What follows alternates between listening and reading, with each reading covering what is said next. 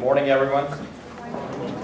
So first of all, I would like to thank Saupo team for giving us Huawei the opportunity to being in front of the crowd and talking about our products, our company, and what we are doing on the other side of the world, as well as what we are trying to bring into the United States and trying to be an important partner of a lot of the technology companies going forward. As we heard before, technology is very critical in terms of how everyone is connected these days. The very first thing everyone gets into a room looks for are the hotspots or Wi-Fis. We don't even try to talk to each other anymore other than looking at Wi-Fi. If there is a Wi-Fi and we can log into the Wi-Fi from my device. So that's how important the technology has really gotten to at this point. A little about myself. Ms. Jane Lee, who is the COO of Huawei Enterprise US, was supposed to be the speaker, but she had to attend a last-minute China meeting. And I am Aman Segal. I am the alliance leader for her in this space, and she asked me to substitute for her. So I'm really grateful to be in front of the crowd. I've talked to a few of you during the initial 15-20 minutes of the presentation, I should say, when we were starting to get together. But I would like to get a raise of hands. Who all knows about Huawei? Okay. Who all knows how big Huawei is in terms of dollars? Okay.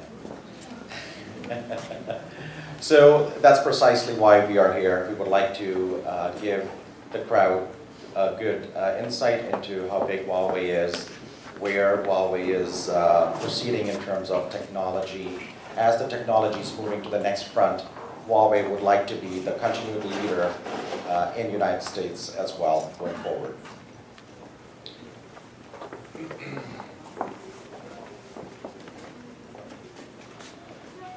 Just like the slide says, Huawei really represents the next generation of networking gear, which really will add to the concept of how humankind going forward is connected to each other. Looking at the slide, we are a $40 billion company globally, which represents a major population of the world and employing around 150,000 employees globally. That is a sheer great force of employees that we bring to the table. But most importantly, we have been doing business in around 140 countries globally. There are 156 countries, so leaving aside the 16 countries, we are pretty much everywhere in the face of this earth. From a U.S. perspective, we definitely have been gaining good traction over the last 8 or 9 years. We first established our presence in the U.S. in 2001 with our office in Plano, Texas. And slowly and steadily, we have been working with the U.S. government, universities, as well as enterprises, small and medium businesses.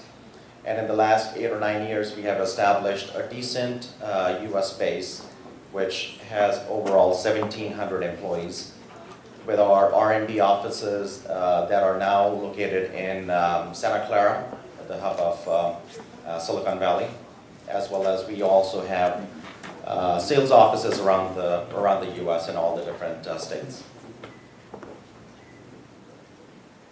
Since we are on the U.S. segment, or U.S. side of the house here, overall the employee growth has been pretty good, I should say, because being a Chinese company working in or being a part of the U.S. economy, we are doing our fair share. We have grown our employee base in 2008, which was only 186. And now we employ around 1,742 employees in the U.S. But most importantly, what we have to really focus on is how much business are we able to be a part of in US. And the right slide talks about, in 2013, we did around $6.6 billion. And that all adds to the US economy, as well as from a local tax perspective, Huawei is doing its fair share. This is a quick snapshot on globally where all we are present. As you can, apologize for that. As you can see, we are in Americas, heavily populated in Europe, Africa, Asia, and definitely Southeast Asia. That's one of our major hubs where we sell our products and be a part of the technology or technical world.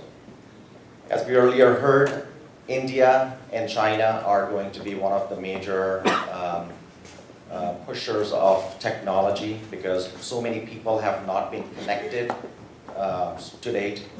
Wireless is growing more and more as an important technology which will connect people. And the globalization, the overall globalization of the Asia is trickling into US, because it's very important for us all to understand anything that happens in other parts of the globe. We get the information right there and then. Thanks to Twitter and a lot of the cloud-based applications, the globe is on our palm, I should say. And it's for us to understand how we really take that knowledge, information, and interaction to use it for our purpose.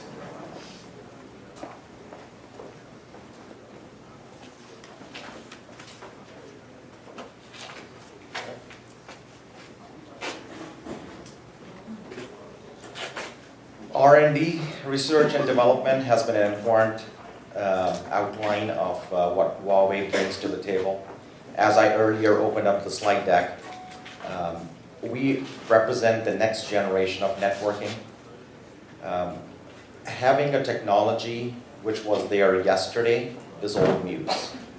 So Huawei really looks at technology which can be built for the next few years, and looking at which areas can benefit from it, both from a pricing perspective, both from a cost perspective, but most importantly, how to utilize these technologies. So for that, from R&D perspective, Huawei is heavily entrenched, and we have our R&D offices all over the globe.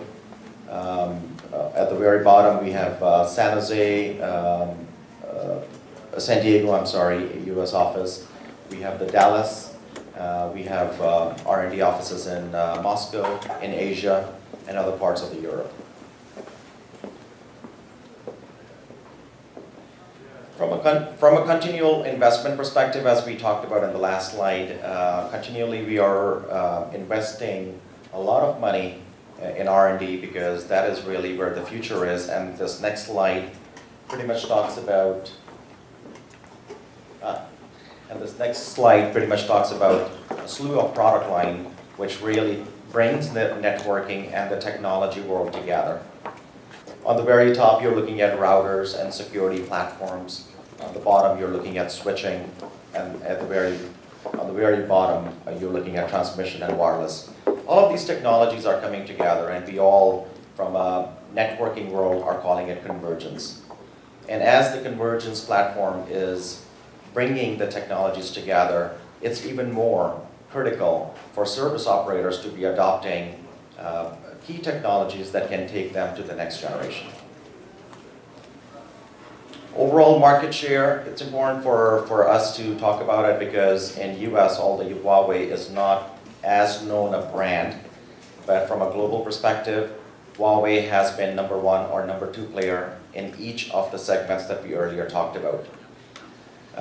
Where we are number two, we are from a choice number two, but most of the time from an overall technology aspect, Huawei stands to be number one. And being a $40 billion company, it really aspires how we can really add to changing the technology and how technology is utilized from a global perspective.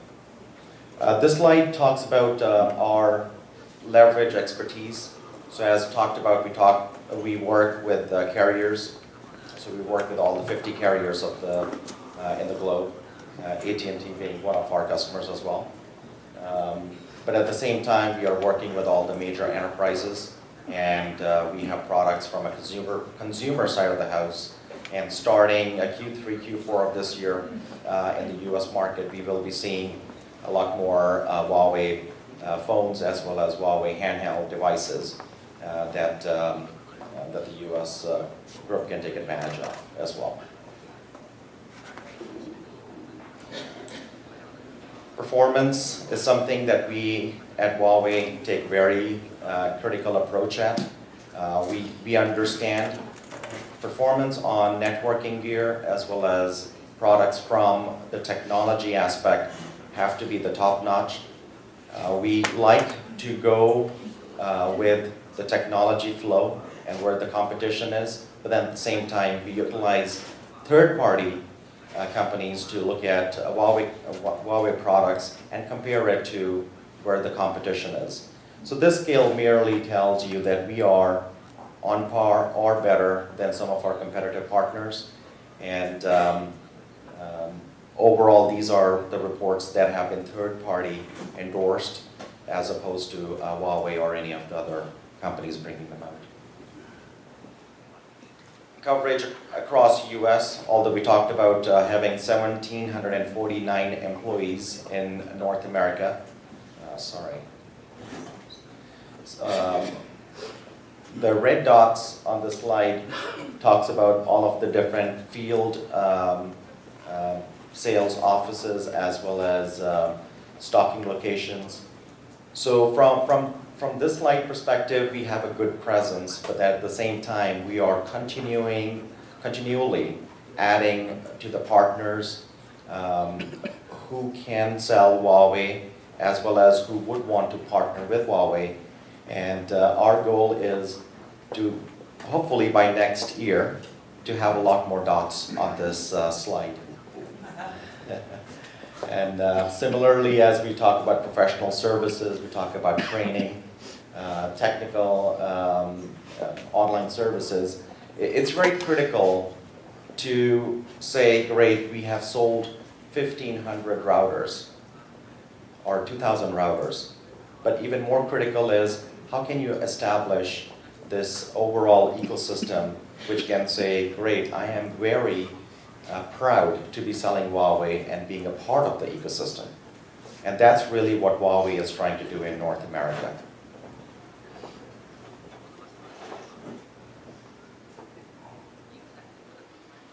I'm trying to click one as opposed to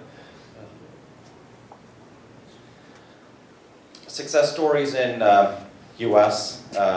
So on this slide, it gives us a very good picture on all the universities that Huawei has been working with. And Huawei as such looks at universities and schools to be the major area where students and the next generation can take advantage of the population and bring out Twitters of the world and all the other social medias. So Huawei would like to continue to invest in a lot of the universities, and that's where most of our technology for the US and the globe is coming out. And we are a strong partner to a lot of the colleges as well as schools from a US perspective. This last slide, apologize, the clicker is not working too good, but anyways, it goes one step ahead of me. This slide is good because it really gives us all a good overview of 6 different verticals. We play in government on a global perspective. As you can see, we are working with government of Italy, Netherlands, Mexico, United Kingdom, France, China, obviously. But then we are looking at other verticals like energy, education, transport, financials, and other Fortune 100, 500, and 5,000 markets. So overall, just to believe the thought that Huawei is continually looking for strategic partners in this space, and from a U.S. perspective, we are looking at a good next 5 to 10 years of technology revolution, and Huawei would like to be a part of that. So with that, thank you.